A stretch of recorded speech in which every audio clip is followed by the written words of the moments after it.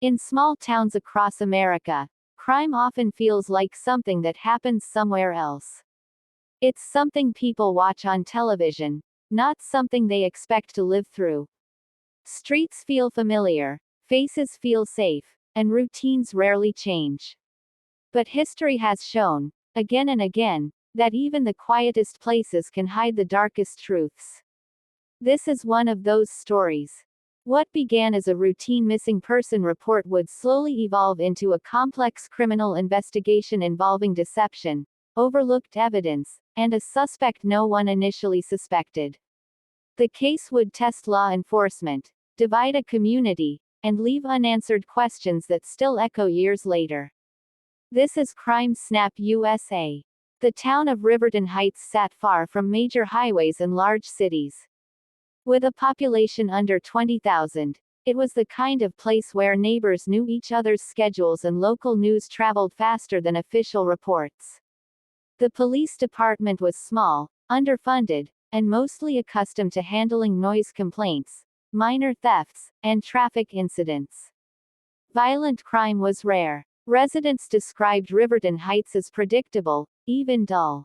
That predictability was its greatest comfort and ultimately, its greatest weakness. Among the residents was Daniel Carter, a 31-year-old warehouse supervisor. He lived alone, paid his bills on time, and had no criminal record. To most people, Daniel was invisible. He worked long hours, kept to himself, and avoided attention. He was the kind of person people barely remembered meeting. And that was exactly why no one noticed when his routine subtly changed. On a rainy Tuesday evening, Emily Perrer, a 26-year-old graduate student, failed to return home after work. Her phone stopped responding around 8:40 p.m. At first, her family assumed she was busy or visiting friends. But by morning, concern grew into panic. Emily's car was found parked near a local convenience store. Her purse was inside. Her keys were missing. Police classified the case as a missing adult, not a suspected crime. In the first 48 hours, no Amber Alert was issued. No roadblocks were set up. Investigators assumed Emily had left voluntarily. That assumption would later haunt the case. Detectives began interviewing friends, coworkers, and family members. Emily had no known enemies, no history of running away, and no signs of emotional distress. She had future plans, upcoming exams, and a scheduled family dinner that weekend. Security cameras from nearby stores were reviewed. One grainy clip showed Emily entering the store. Another showed her exiting alone. Then the footage cut out. At the time, investigators dismissed the camera malfunction as coincidence. It was not. As days passed without answers, fear spread through Riverton Heights. Parents walked their children to school. Businesses closed earlier. People locked their doors for the first time in years. Rumors filled the silence left by official updates. Some suspected a stranger passing through town. Others whispered about someone local.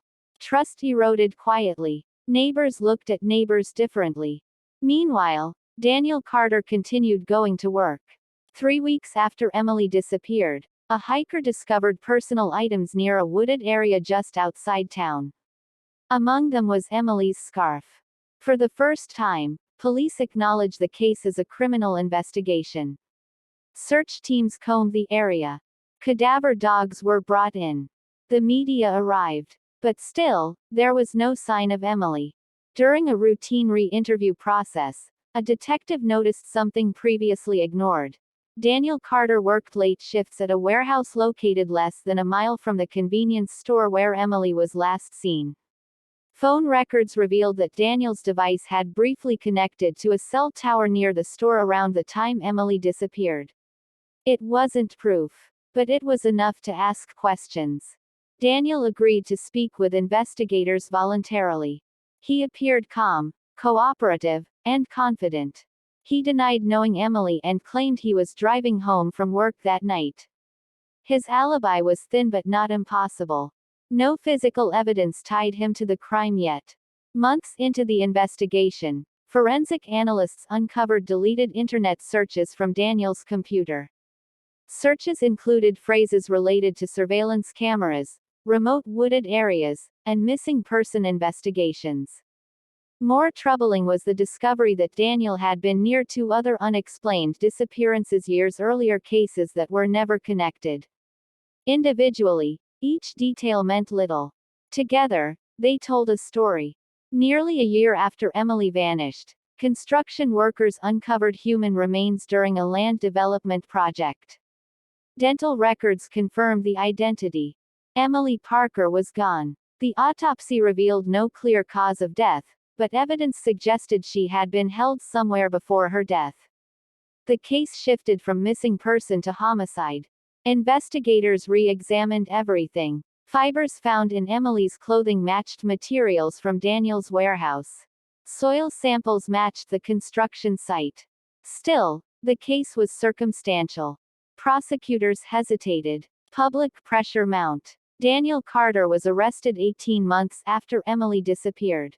He pleaded not guilty. The trial lasted 6 weeks.